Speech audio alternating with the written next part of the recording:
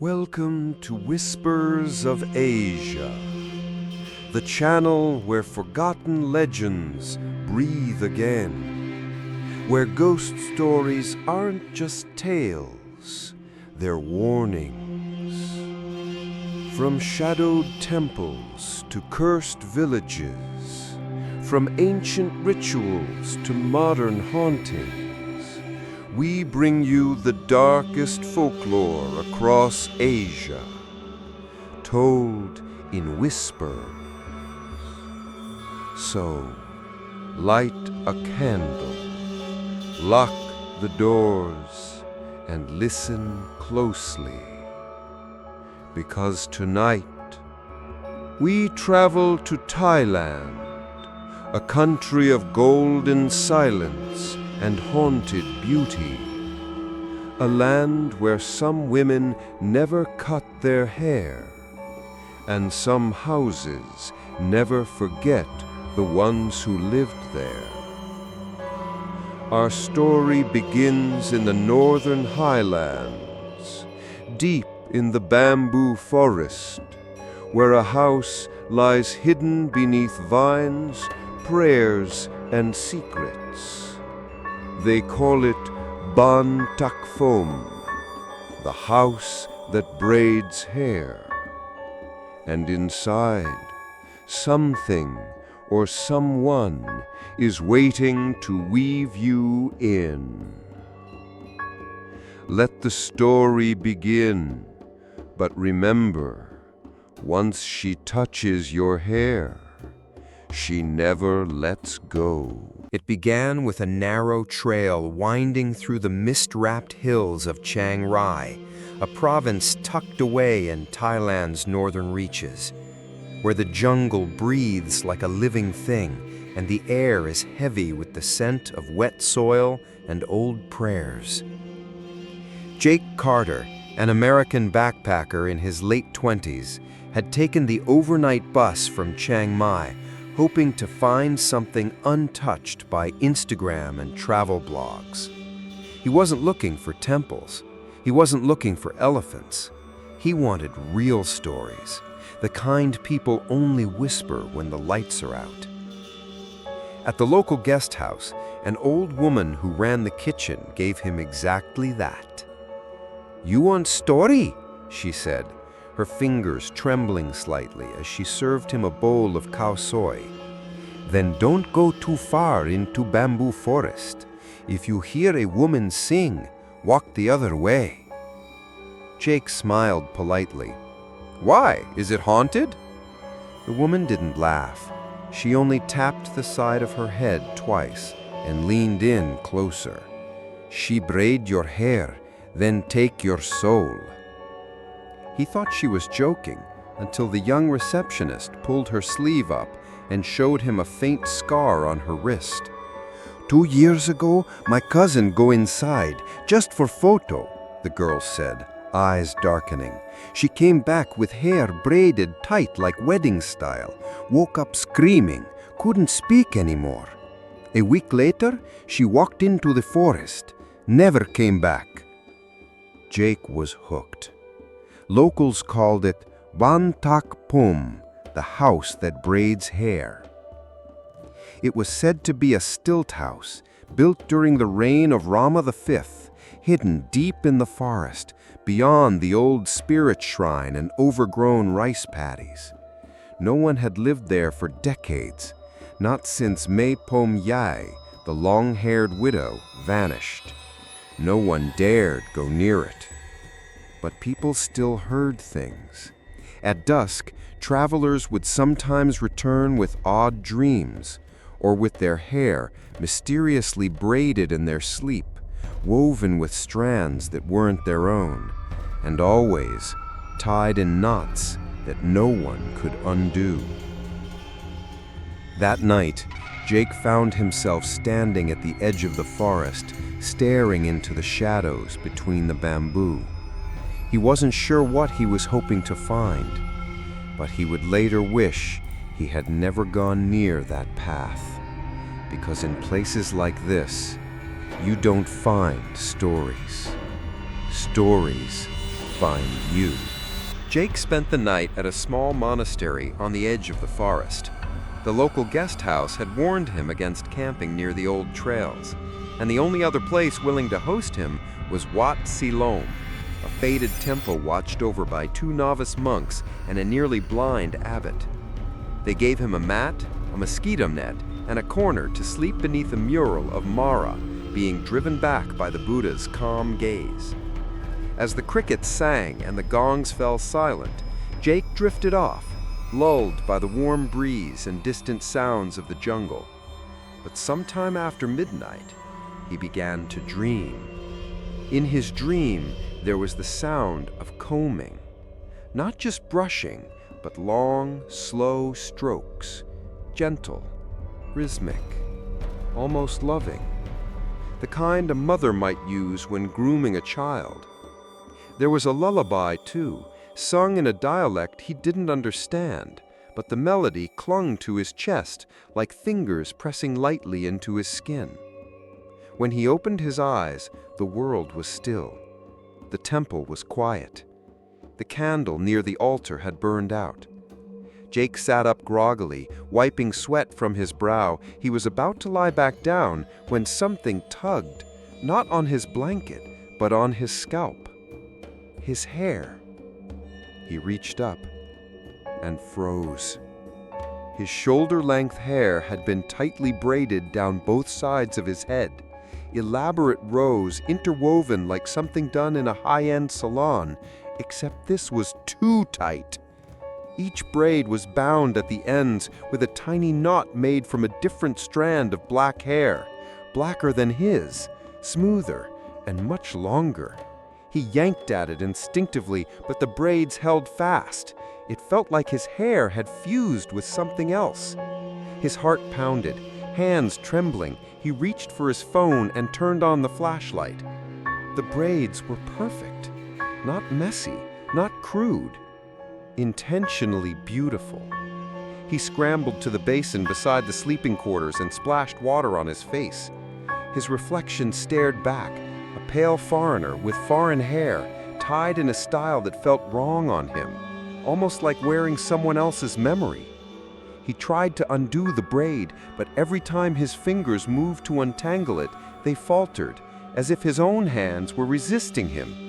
Behind him, in the darkness of the hall, he heard something. The soft scrape of a wooden comb.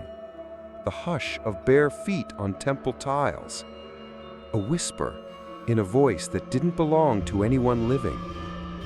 Jake didn't sleep for the rest of the night. And in the morning, when the young monk brought him rice and tea, he simply stared at Jake's hair and then walked away in silence. No one asked what happened. No one dared to touch it. But when Jake stepped outside the temple gate, an old woman sweeping the steps looked up at him and muttered softly, "She's chosen you now." The next morning, Jake sat quietly at a small street-side stall, sipping sweetened Thai coffee through a plastic straw. His hair was still tightly braided. No matter how many times he tried to undo it, the strands held fast, knotted with precision he couldn't replicate, even if he wanted to. The owner of the stall, a woman in her 60s with silver streaks in her bun, paused mid-pour when she saw him. "You dream of her?" she asked in broken English. Jake blinked. "Her?" The woman nodded toward his hair, her expression tightening. "May Pom Yai, the long-haired mother. She do that." Jake set his coffee down slowly. "Who is she?" The woman hesitated, then sat down across from him, eyes scanning the quiet street as if afraid someone might overhear.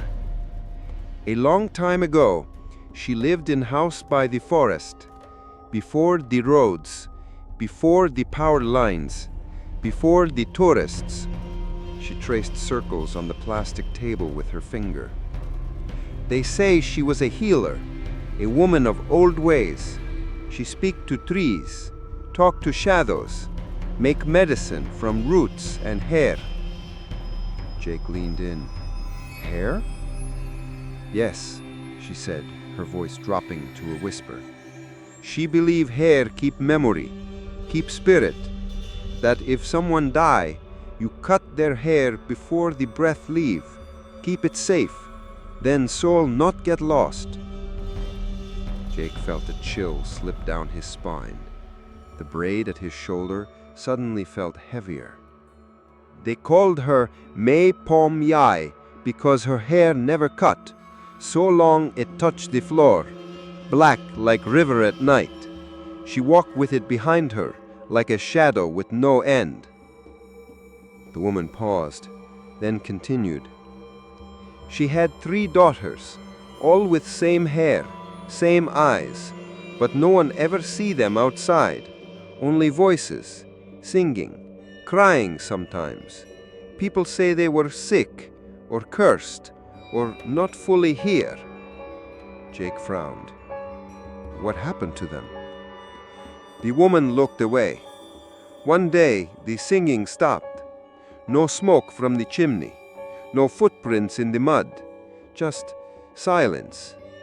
Villagers went to the house, found it empty, all windows closed, door locked from inside. But on the walls, she made a motion with her hands, like weaving. Braids, braids everywhere, hanging like ropes, like garlands. Jake swallowed. What about the mother? Gone, she said. Vanished. No body, no blood, only hair, still growing from pillows, from cracks in the wood, from the altar. Silence fell between them. The sound of birds chattering in the distance felt suddenly wrong, too cheerful, too alive. She lost her daughters, she added quietly, and when a mother loses what she loves most, she finds new ways to keep them. Jake didn't know what to say. He reached up again to touch the braid, almost expecting it to twitch under his fingers. Sometimes, the woman added, standing up and pouring the last of the coffee into a to-go bag, sometimes we dream of ghosts, but sometimes ghosts dream of us. She handed him the bag, then stepped back inside her house, closing the door with a firm click. Jake stood there, staring at the closed door, his scalp prickling. He didn't believe in ghosts. He believed in stories. But some stories start to believe in you. Jake returned to Wat Silom before noon, hoping to speak with the abbot. The morning heat was rising like steam off the earth, but the temple grounds remained quiet, unnervingly so. The novice monks were sweeping leaves in synchronized silence, their eyes avoiding his. He was just about to leave when one of them motioned for him to enter the inner hall. Inside, the air was cooler, dimmer. Shadows gathered in the corners beneath the gold-leafed Buddha statue, whose eyes seemed to follow every breath. The abbot was seated cross-legged on a bamboo mat, eyes half shut, hands resting gently in his lap. Jake bowed awkwardly and sat across from him. "You have seen her," the abbot said softly, before Jake could speak. His English was careful, but clear. Jake blinked. "You mean Mei Fomye?" The abbot nodded. "Your hair tells the truth." He gestured gently, and Jake lowered his head. The old monk examined the braids without touching, then closed his eyes and exhaled through his nose like someone who had just recognized the scent of something long buried. "She marked you." Jake's mouth felt dry. "Marked me for what?" The abbot was quiet for a moment. Then he spoke, voice low and steady.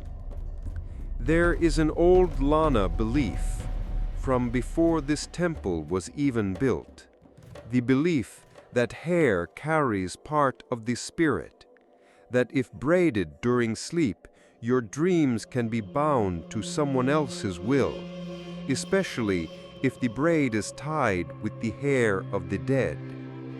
Jake flinched. You're saying this is someone else's hair? Not someone, it's several. He opened a faded book beside him, its pages lined with handwritten scripts and charcoal drawings. One illustration showed a woman with long hair kneeling at a shrine, braiding together locks of different shades. She weaves them to remake what she lost. Jake stared. Her daughters? The abbot nodded once. She believed they were taken from her by illness, or perhaps by the spirits she herself called upon. We will never know. But her grief became obsession. She practiced Pi Song Phom, the ghost-weaving ritual. It was outlawed, forbidden, even among the forest monks. Why? The abbot looked at him, and for the first time his eyes were sharp. Because when you weave the dead, you must use the living. Jake felt his hands curl around the edges of the mat. Can you cut it off, the braid? The monk shook his head solemnly. If you cut it, you sever more than just hair. You tear at the thread binding your soul to this world. So what do I do? The monk looked past him, toward the open temple door where the bamboo forest swayed. You must find where it began. Jake's breath caught. Go to the house? The monk gave a small nod. But go with no pride, no fire, no blades, only questions. And never go after dusk. Jake stood, heart racing. But before he turned to leave, the abbot added one final warning. If you hear her combing behind the walls, do not answer, do not speak, do not move, because that's when she knows you're ready to be braided. Jake didn't sleep that night. He lay on the bamboo mat beneath the mural of celestial beings, listening to every creak, every shift in the wind, every rustle of dry leaves outside the temple walls. But most of all, he listened for the sound he feared now more than anything else. Combing. It never came, but something else did. At around 3 a.m., he sat up, heart pounding, unsure why. The air felt heavy, not hot, but full, like it was pressing down from above. The candle in the altar room had burned down to a stub, casting long, trembling shadows across the floor. Then he noticed it. A single strand of black hair curled across his sleeping mat, longer than his own, silkier, not his. Jake stood, heart racing. He followed the strand with cautious steps as it slithered across the floor like it had purpose, winding under a door near the back of the temple. It was a room he hadn't been in before. The monks always kept it locked. Tonight, the door was ajar. His hand trembled as he pushed it open. The room beyond was small, no bigger than a closet, lit by moonlight filtering through a high wooden window. And inside was something he couldn't explain. Hair. Not loose strands. Braids. Dozens of them. Some hung from the ceiling like wind chimes made of woven memory. Others lay in bundles on the shelves, coiled like sleeping serpents. Some were looped together into garlands. Some were framed, pressed between glass, displayed like holy relics.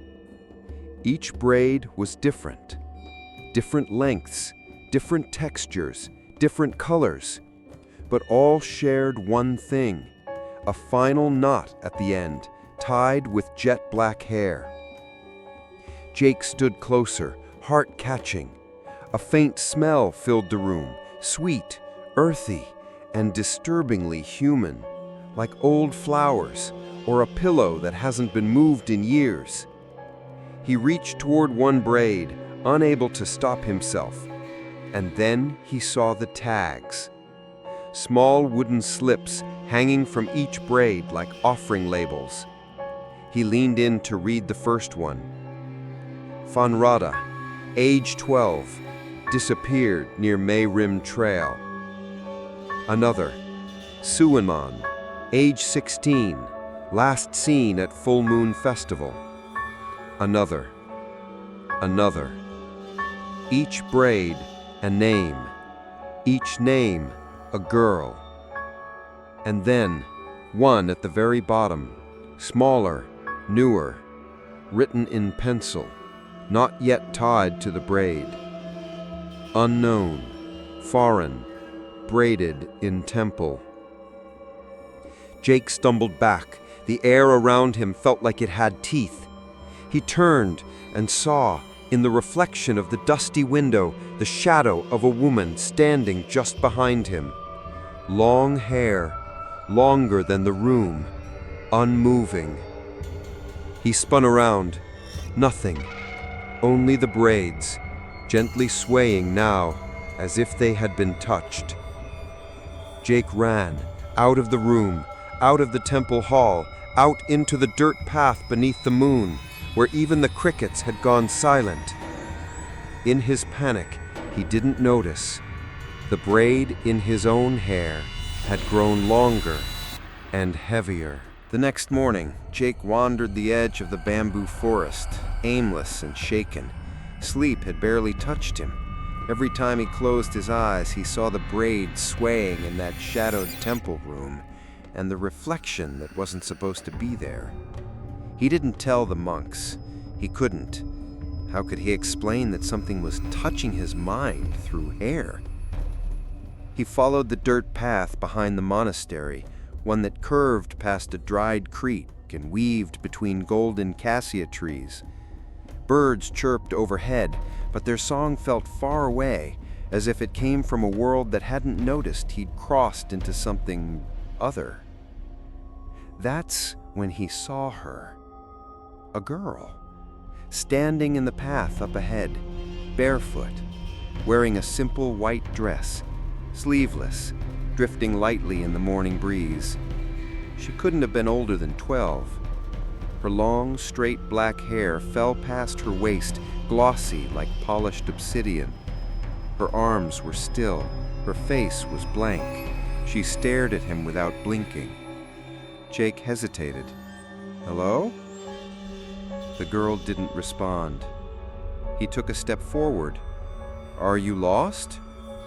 Still no answer, but she turned slowly, not in fear, not in hesitation, and began to walk into the trees. Jake hesitated only a moment before following.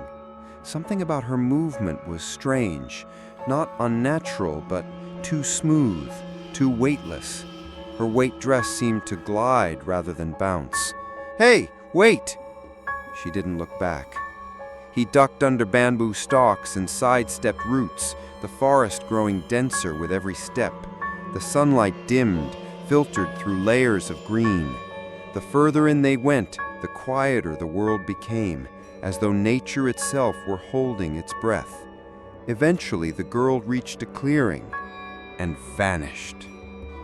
There was no sound, no motion, no footsteps.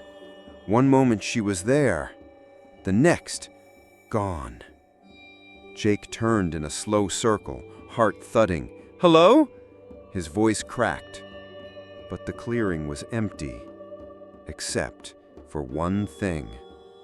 In the center of the grass, where the girl had stood, was a single braid, thin, black, bound with a red thread. Jake stepped forward, crouching down. The braid was freshly tied, still warm from the sun. He reached out to touch it, and the moment his fingers made contact, a cold whisper moved through the trees. It was not a wind, it was a voice. "She was never yours to follow." Jake stood up, breath caught in his throat.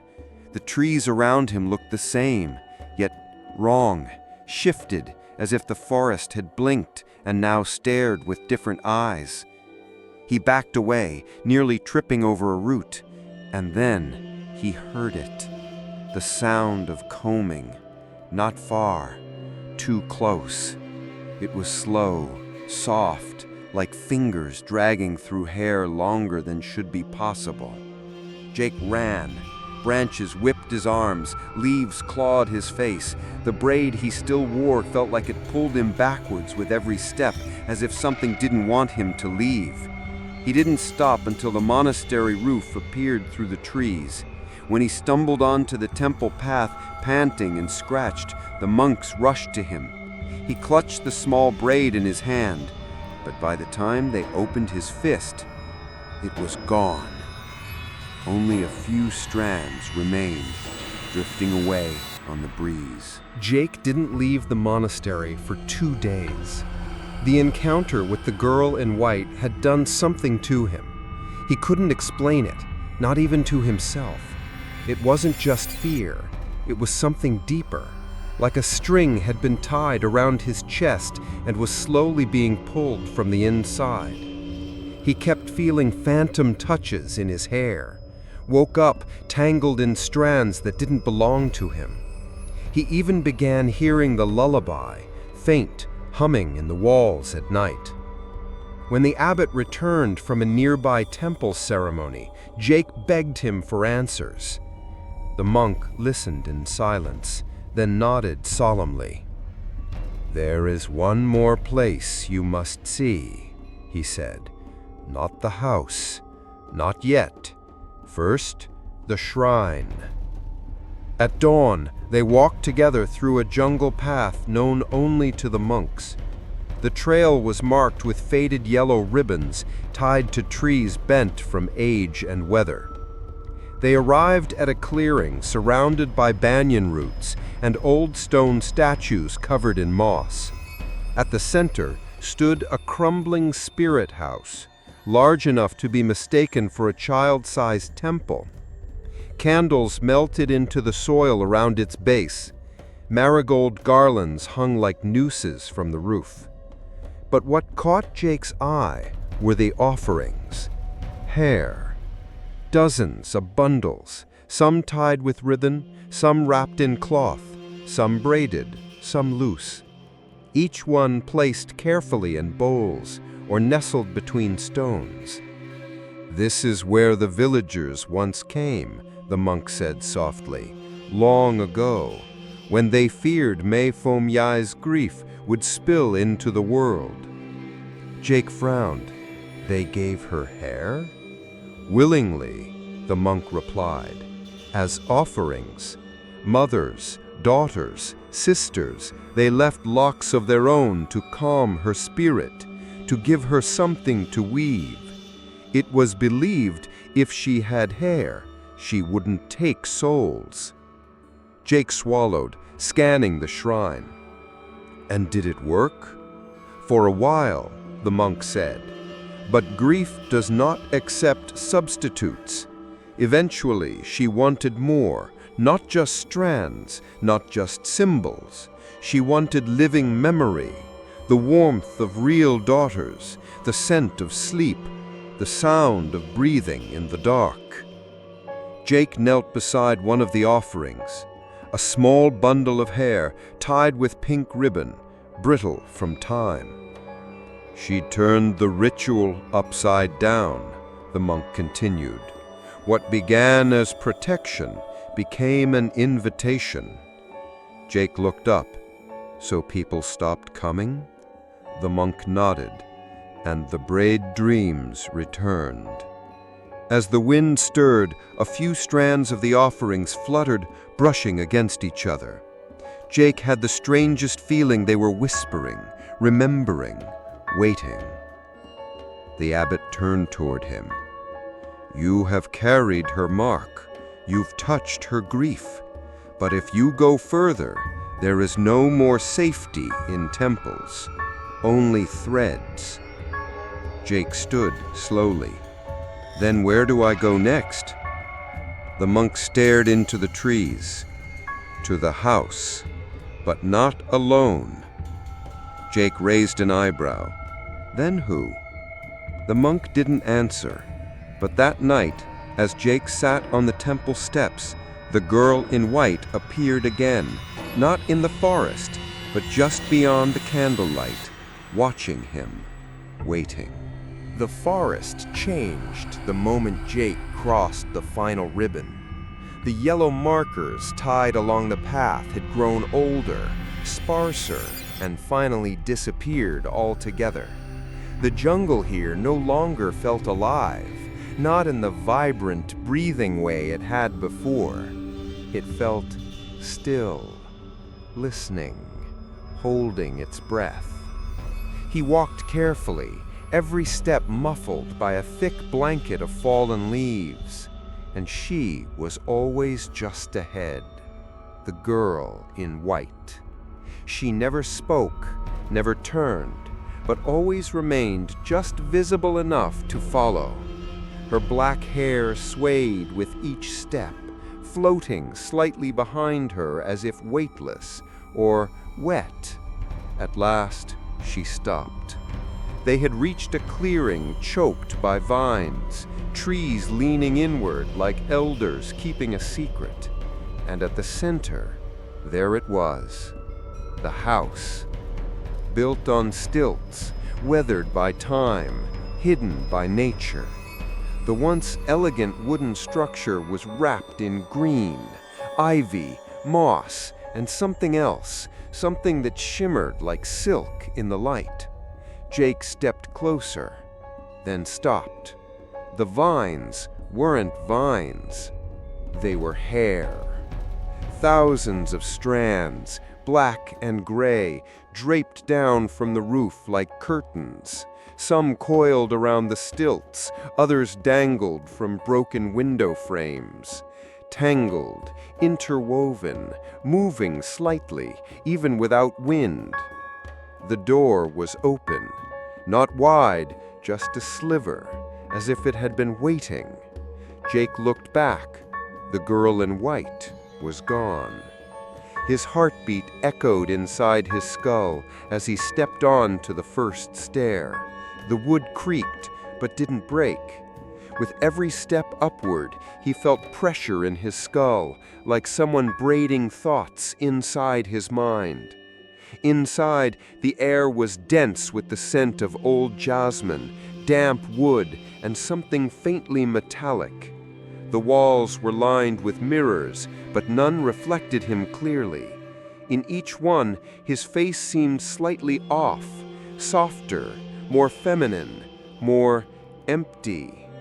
Hair hung from the rafters in ropes. Some were cut and looped.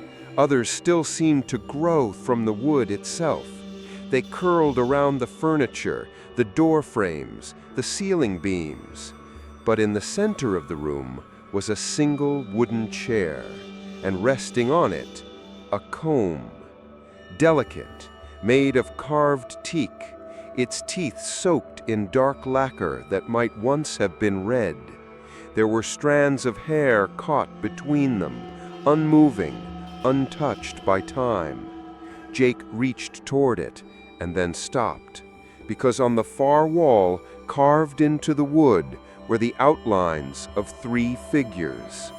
Girls, tallest in the middle, 2 smaller ones beside her. Hair carved so intricately it seemed real, but where the faces should be, only blankness, sanded away, forgotten.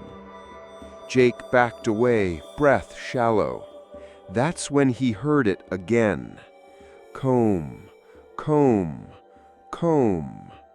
Not behind him, above.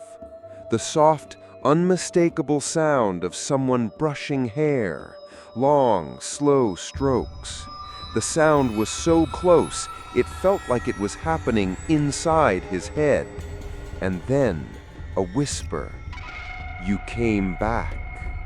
Jake turned, but the room was empty. The chair was no longer empty. Someone was sitting there now, and the braid at his back began to tighten. Jake didn't know how long he'd been standing there. One moment, the chair had been empty. The next, someone sat in it, or something that looked like someone. A shape draped in black hair, so thick and long it covered every inch of the figure. No face, no limbs, just hair. And from within it, the comb moved. Up, down, up, down, brushing endlessly. Jake couldn't move. His breath caught in his throat, and the braid at the back of his head tightened again, this time with a pulse, like it was alive. Then, as if called, his body began to move on its own. One step back, another to the left, drawn toward the far corner of the room. There, half hidden beneath a sheet of dust-covered silk, sat a bowl, carved from black obsidian, smooth, shallow, resting on a pedestal of stone shaped like a kneeling girl. He removed the cloth. Inside the bowl was water, still, clear, cold, but not ordinary water. A mirror. Jake leaned over it, peering into the surface, expecting to see his reflection. What he saw was not himself, not entirely. The face was similar, but younger, softer, the eyes wide and blank, the hair longer, darker, braided down both sides of the head, like a child at a temple offering. And behind the reflection, he saw them, 3 girls, standing in the background, faces half-formed, drifting like memories lost in fog. He blinked, and they were gone. But the water rippled. A voice rose from its surface, not spoken, but felt, as if the bowl had become a mouth whispering directly into his thoughts. You are not whole, but you are enough. He fell back, gasping. The bowl trembled slightly, then stilled. He looked down at his hands. They were shaking. His fingers were twisting, coiling, as if learning to braid. No, he said aloud. No, no, no. But the combing upstairs grew louder, and the room began to hum, not with sound, but with energy. A weaving presence, like invisible threads, were passing through the walls, through him, through the house itself. He stumbled toward the door, ready to flee, but as he reached for the handle, it melted away. The doorway was gone. The house had changed. Now hair hung like curtains from every wall, a maze of braids, a cocoon. And in the center of the room, the obsidian bowl was full again, not with water, but with strands of hair, floating, moving, twisting together. 1 braid, then 2, then 3, forming in the water like they were growing from it. And slowly, his reflection disappeared. The first drop fell at dusk. Jake sat against the far wall of the house, knees drawn to his chest, breathing in short, silent gasps. The light outside had faded into a sickly gray, and the forest beyond the window looked less like trees and more like silhouettes, unmoving, watching. And then came the rain. Not a sudden downpour, but a soft, steady tapping on the wooden roof, like fingers, like brushing. The sound slid down the walls, leaked through the floorboards. It wasn't just water. Jake crawled toward the window. He didn't remember standing, didn't remember deciding to move. His body obeyed something else now, something that guided him with invisible threads. Outside, the forest glistened. Raindrops clung to the hanging strands of hair that draped from the roof like vines. Each strand shimmered under the dim sky, some twisted mid-air, some curled like hands. And then he heard her. A lullaby, sung slowly, gently, in a language he didn't know and yet somehow understood. The voice was low, womanly, soft as velvet soaked in sorrow. It poured through the cracks in the wood. It slipped through his ears and into his chest. The melody wrapped around him like arms, tight, comforting, terrifying. He tried to cover his ears, but the moment he did, his fingers began to braid. He looked down. His hands had moved on their own, weaving strands from the ends of his own hair. The braid was forming faster than he could stop it. "No!" Jake whispered, shaking. But the lullaby grew louder. It didn't sound like it was coming from outside anymore. It came from everywhere. The mirrors vibrated. The bowl of hair rippled. The air pulsed like a living womb. And over it all, that voice sang on. Jake screamed, but nothing came out. His voice was gone, ripped from his throat like a forgotten name. He fell to his knees, trembling, tears blurring his vision. From the rain-soaked doorway, a figure appeared. The girl in white. She didn't walk, she floated, hair trailing behind her like a bridal veil soaked in ink. Her eyes glowed faintly, milky and wet. She opened her mouth, but she didn't speak. The lullaby came from her lips. Jake backed away, heart hammering, but his body wouldn't respond. His limbs were twisted now, not broken, but braided from the inside. His spine curled slightly forward. His arms hung like heavy ropes. His hands still tried to braid, even as he screamed silently. The girl stepped into the room. Behind her, the rain stopped, but the combing sound began again.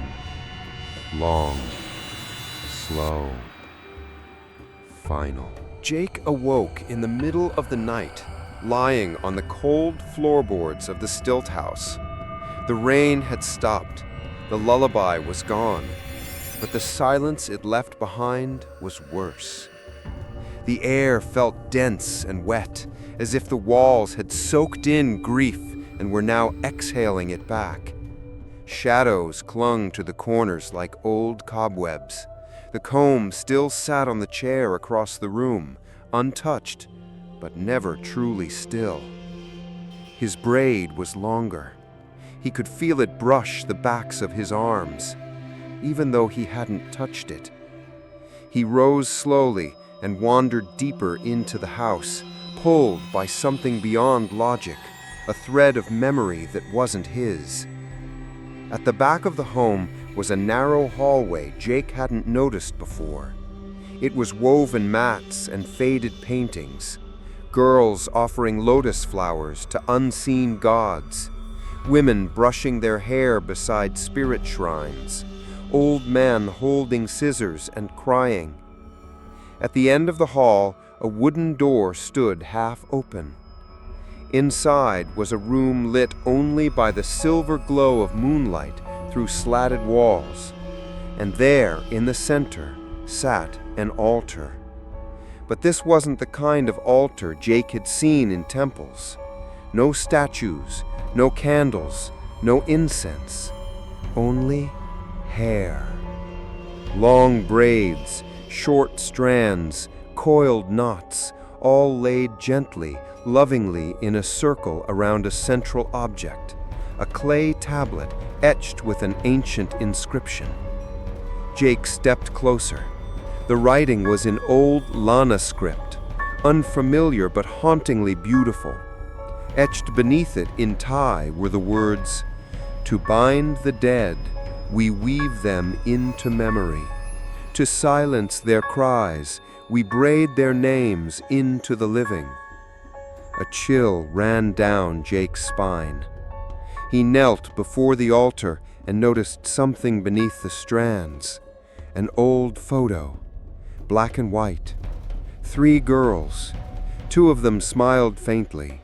The third looked directly at the camera, eyes blank, holding a comb in her hand. Jake reached out, and the moment his fingers touched the image, a wave of sensation crashed into him.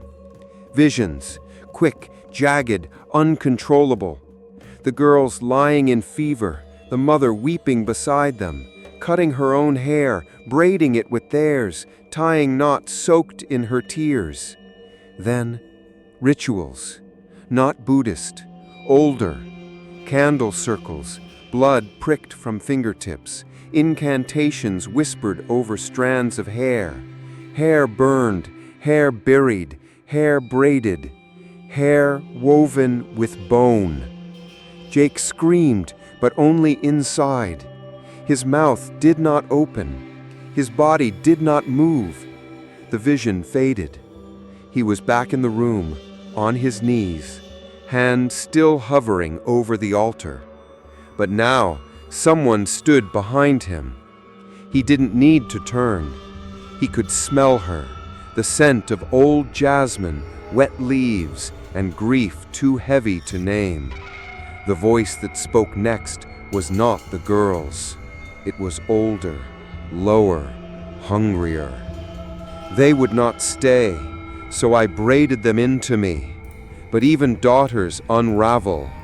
You are a stronger thread. The braid at the back of Jake's neck tightened once more, and this time he felt it growing inside his spine. Jake could no longer feel where his hair ended and his body began. The braid had become something else now, thicker, heavier, rooted deeper than the scalp. It tugged at him constantly, not from the outside, but from within, as if each strand had fingers curling into his nerves. He hadn't left the house in 3 days, or maybe it was 4. Time melted in the stillness, the mirrors never changed, and his voice was still gone. That morning, he found an old blade in the kitchen, rusted but sharp enough. He gripped it in both hands and stood before the largest mirror, chest heaving. This is just hair, he told himself, in his mind at least. Just a braid.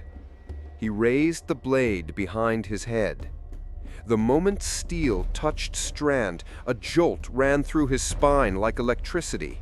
His knees buckled, the braid twisted violently away, not like something moved it, but like it moved itself. Jake collapsed to the floor, blade clattering from his fingers. Blood ran from his nose, his left eye blurred, and the braid remained untouched. He tried again, this time with scissors he found in a drawer, their handles bent and rusted from time. He lifted them, and they snapped in half before they even reached his hair. Then the whispers began again, soft, mocking, familiar. You don't cut what you've become. He stumbled to the mirror. What am I? His reflection no longer looked like him. The face staring back was smooth, feminine, younger. The eyes wide and distant. The hair longer, now reaching his waist. The fingers constantly moving, weaving, weaving, weaving. He slammed his fist into the glass, but it didn't shatter. The braid curled over his shoulder like a snake resting against his heart. He grabbed it in rage, yanking hard, and screamed silently as searing pain exploded down his spine. Not scalp pain, not skin, bone pain. He dropped to his knees, panting, arms shaking. From somewhere deep in the house, the sound of combing returned, not gentle this time, violent, frantic, desperate. The house groaned, the walls trembled. Hair spilled through the ceiling slats, through the floorboards, from cracks in the walls. Jake backed into a corner as the braid around his neck thickened, not from length, but from others joining it. Strands from the house, from the altar, from the shadows. They wove into him, without permission. without pause. He wept, not from pain, but from understanding. There was no cutting, no escape, because the braid wasn't attached to him. He was attached to it. Jake fled the house at dawn. He didn't remember how he found the exit. The door hadn't been there the night before, but somehow the forest opened to him, as if the house had let go, just for a moment, not out of mercy, but necessity. He stumbled through the trees, weak and trembling, the braid trailing behind him like a tail.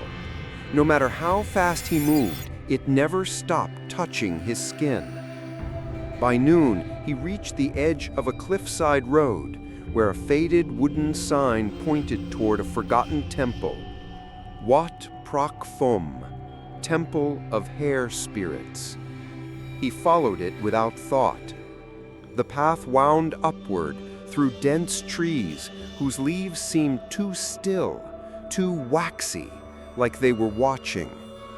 Finally, Jake stood before a gate choked with vines and braided reeds. The temple wasn't ruined. It was abandoned, but untouched by time. And yet, nothing about it felt sacred. No monks, no prayer flags, no incense. Only silence. He stepped into the temple grounds, his footsteps echoing louder than they should have.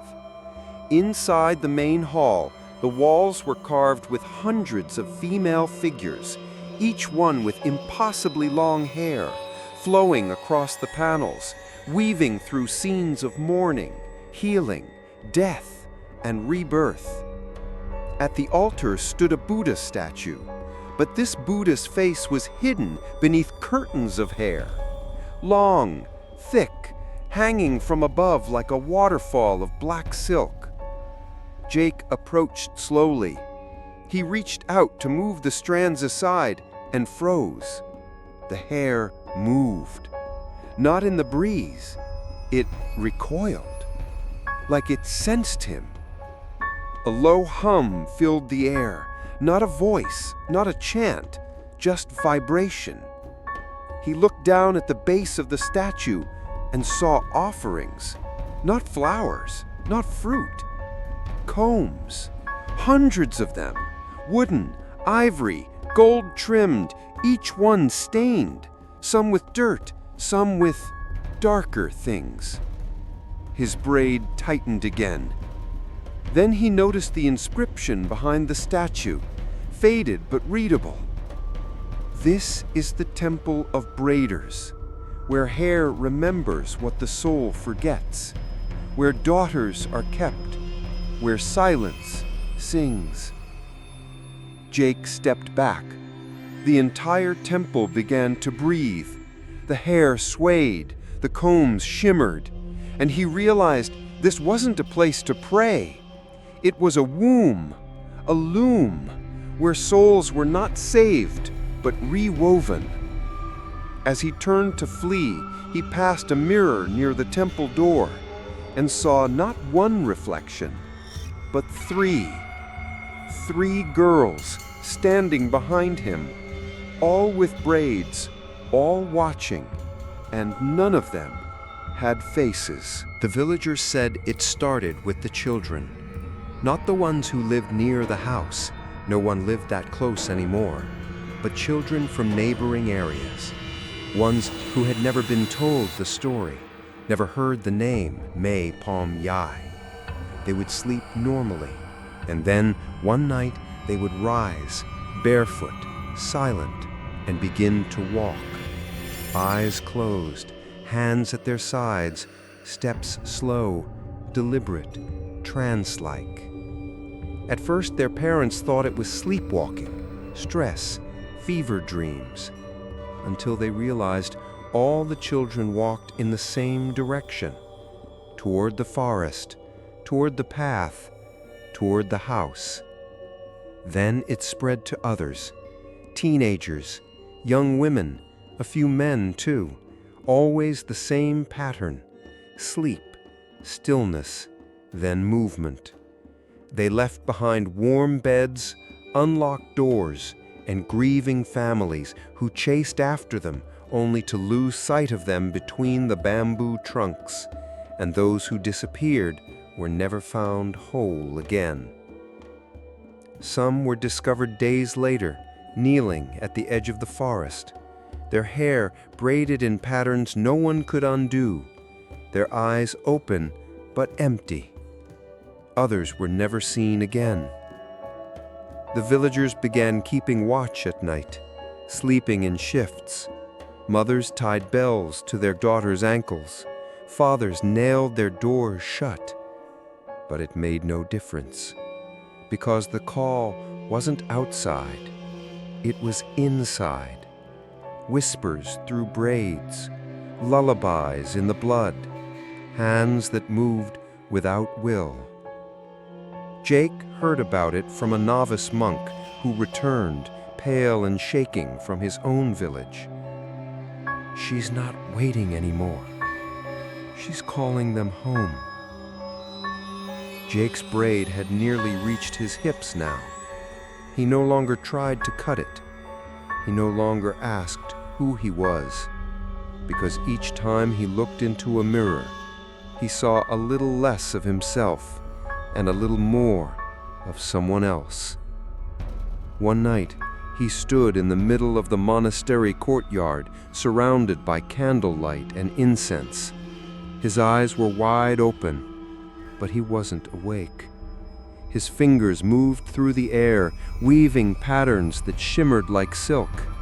A trail of hair followed behind him like a shadow, and he walked, step by step, out of the gate, down the old trail, through the bamboo, back to the place where it all began, back to Baan Takpom Yai, back to her. The house welcomed him like it had been waiting. Jake stepped through the door without resistance. His feet moved on their own, as if retracing steps taken in another life. The braid behind him now dragged across the floor like a veil or a root. Everything inside had changed. The mirrors were gone, the chair gone, the windows sealed with hair so thick that not even moonlight could seep through. The house no longer pretended to be a place. It had become a body, and it was alive.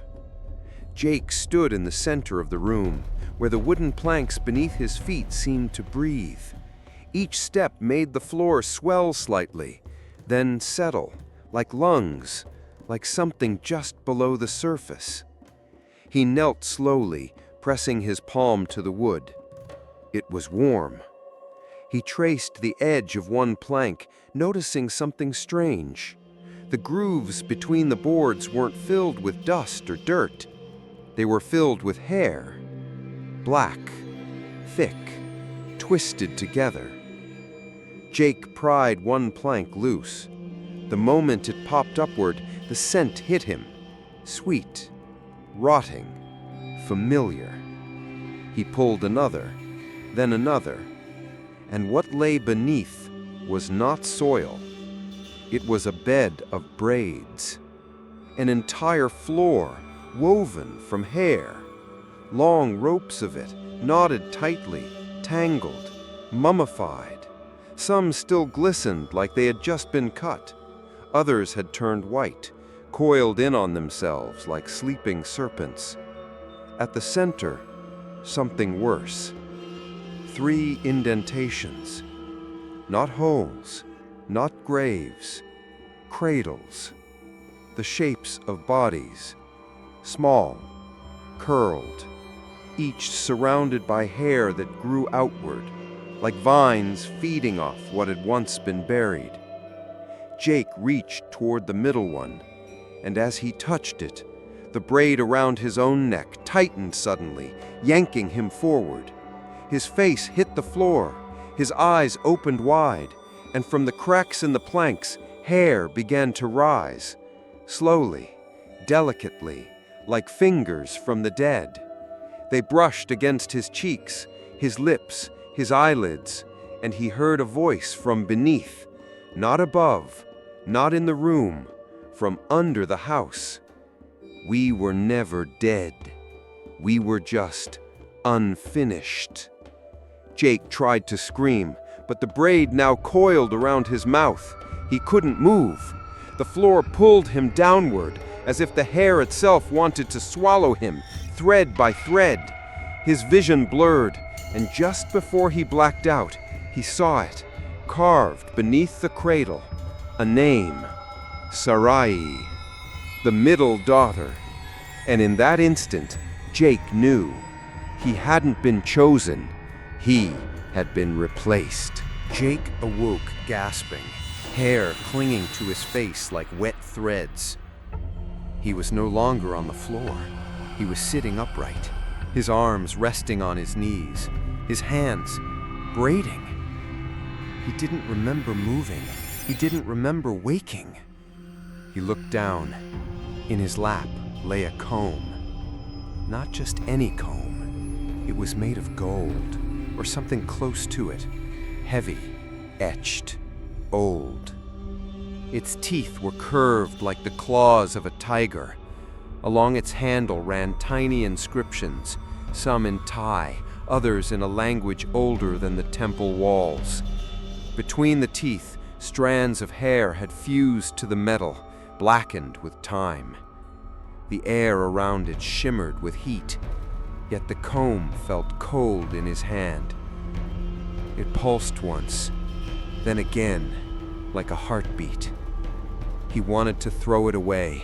He wanted to scream, but instead, he lifted it. His hand moved gently, guided by something deeper than muscle. And he combed. Once, twice, 3 times. With each stroke, something changed. The house grew quieter. The whispers stopped. The walls straightened. And the mirrors, long vanished, began to shimmer back into place, one by one, reflecting not Jake, but 3 girls seated in silence, their backs to him, hair flowing like rivers down their spines. The comb trembled. Jake blinked, and suddenly he was no longer in the room. He was standing in a dark field under the night sky, stars wheeling above like eyes in slow orbit. Before him, a single tree stood, leafless, covered in braids. The tree pulsed, not with life, but with memory. At its base, the golden comb rested in a bowl of ash. Jake reached for it again, and the moment he touched it, his vision snapped back. He was on the temple floor, but now the hair around him had parted, forming a perfect circle, a ritual space.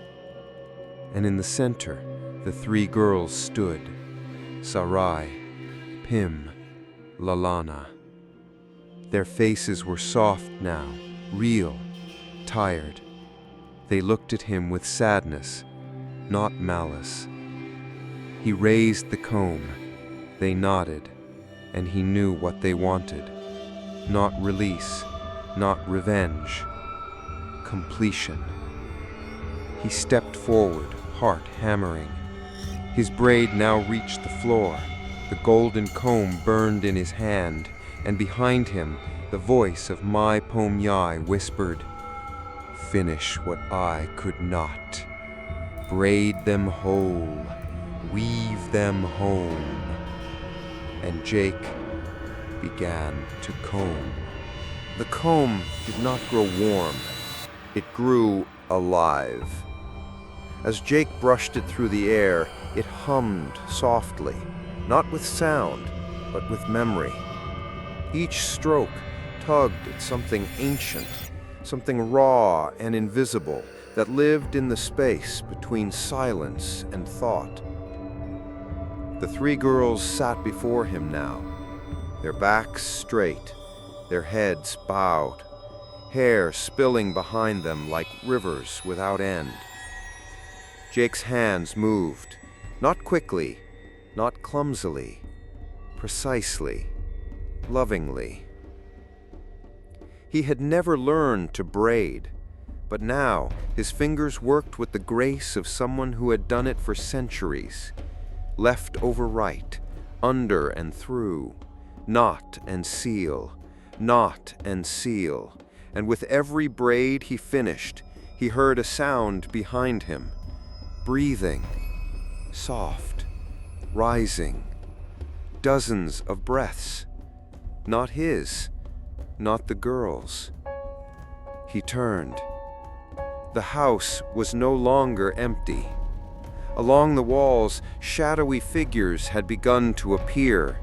Women, girls, daughters, some young, some old, some with eyes closed, others weeping silently. All of them with long hair, some still braided, some undone, unraveling slowly in the quiet. They stood shoulder to shoulder, watching, waiting. Jake looked back at the girls in front of him. Their forms flickered. Sarai now had his eyes, Pim his hands, Lalana his voice, humming the lullaby he could no longer forget. His reflection in the mirror had vanished entirely. He understood now. This wasn't resurrection. It wasn't remembrance. It was replacement. The old braids had frayed, the old daughters faded, and May Foam Yai was weaving new ones, using him. Using his voice, his skin, his memories. With every stroke of the comb, she drew the line tighter between what he was and what he would become. He tried to stop, but his hands kept moving, not because he had no control, but because he wanted to finish. He needed to complete them, to be worthy. Behind him, the women began to whisper. Not born, but braided. Not flesh, but thread. Not hers, but ours. And Jake whispered back, I understand. In that moment, he was no longer combing. He was creating. And far beyond the house, in distant villages, other children stirred in their sleep. Braids began to form where there had been none. Mothers awoke to find strands of hair missing. And May Foam Yai smiled for the first time in years. The house had changed again. It no longer creaked with age. It didn't whisper, didn't groan. Now it breathed. Jake stepped forward, barefoot across floorboards that pulsed beneath him like flesh stretched over bone. The walls no longer held hair, they were hair, woven thick like muscle, twisting like tendons, coiling with purpose. He wasn't afraid anymore, not because he was safe, but because the fear had been braided out of him. The comb lay heavy in his palm, golden, pulsing, warm now like a heartbeat. His braid stretched behind him like a ceremonial train, dragging across the ground, joined by dozens more, black, gray, chestnut, even silver. They followed him, wrapped around the banisters, slid down from the rafters, curled like vines reclaiming a ruined shrine. He passed through archways no longer made of wood, but of hair twisted tight, strands looping over themselves into sacred geometry, patterns too perfect to be human. In the center of the house, where the altar once stood, now stood a braided throne. It rose high, woven from hundreds of thick black ropes, spiraling upward into a crown-like arch. And sitting atop it, suspended not by force, but by devotion, was her, my Foam Jai. She was not flesh, she was memory. She was sorrow made silk, her body woven from stories, tears, and the hair of every daughter ever lost. No eyes, no mouth, only a face of rippling strands that shifted as Jake approached. He fell to his knees. She did not speak, and she did not need to, because now he understood everything. This house was never cursed. It was consecrated, built not to haunt, but to hold the grief too large for one heart, to hold the daughters she braided from silence, to hold the memory of every soul not allowed to grow old. Jake stood.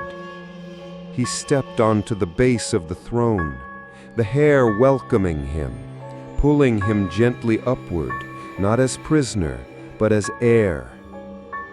He reached the final step and placed the golden comb into my Foam Jai's hands.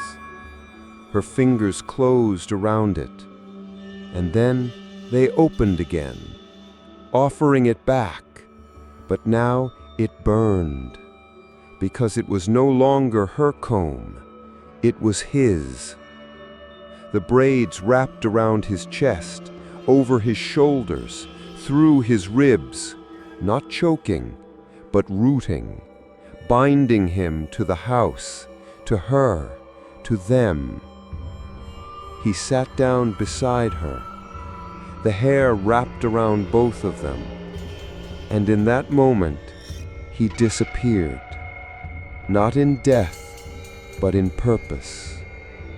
And outside, far away, more girls began to hum a song they had never been taught, and more braids began to form in sleep.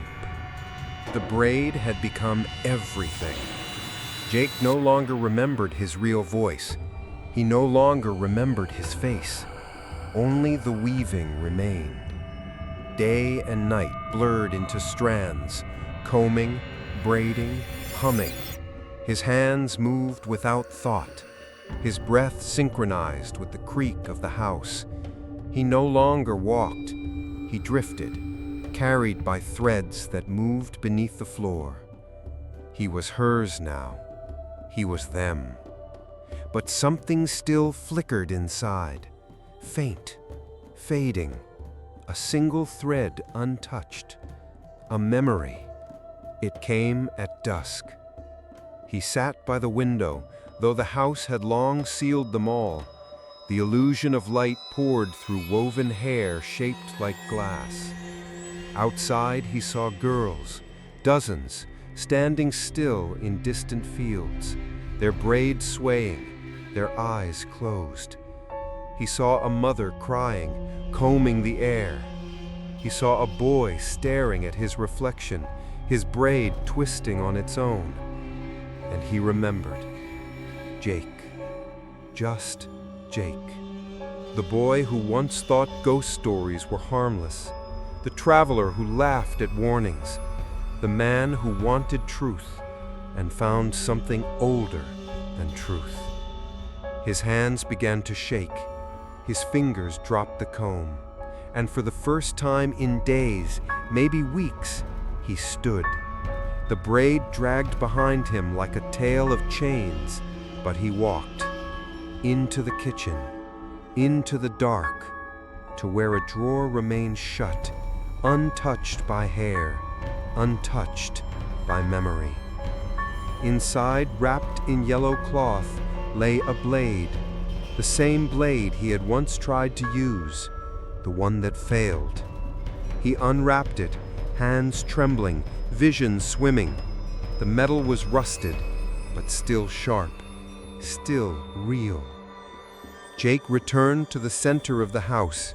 Mae Fong Yai's throne loomed above him, her form now fused to the braids like roots in a tree.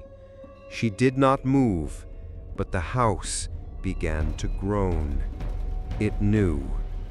Jake knelt, lifted the braid behind his neck, and whispered, "This ends with me." And he cut. The moment steel met strand, the house screamed. The walls shook, braids unraveled from the ceiling, lashing out like serpents.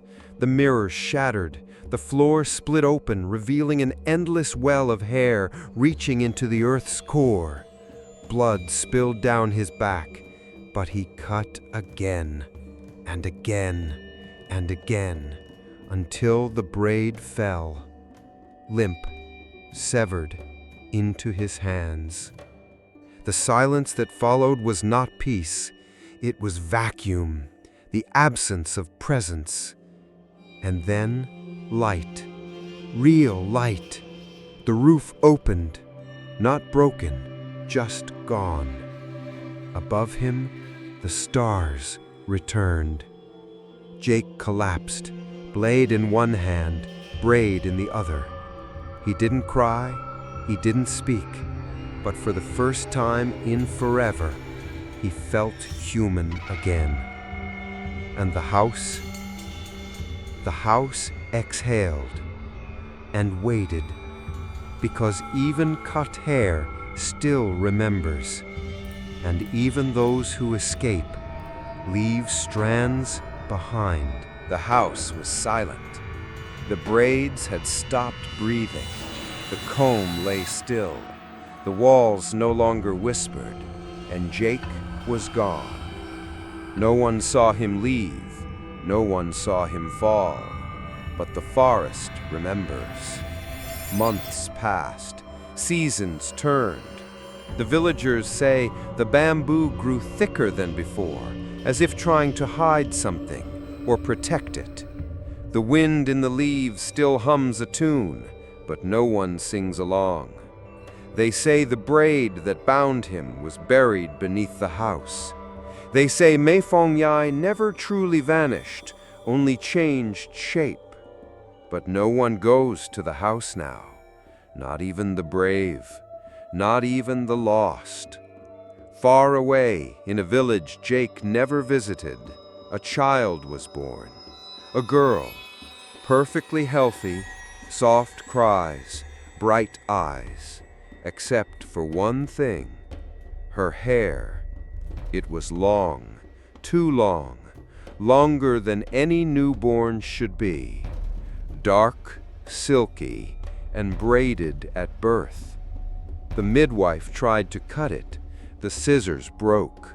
The nurse tried to unwrap it.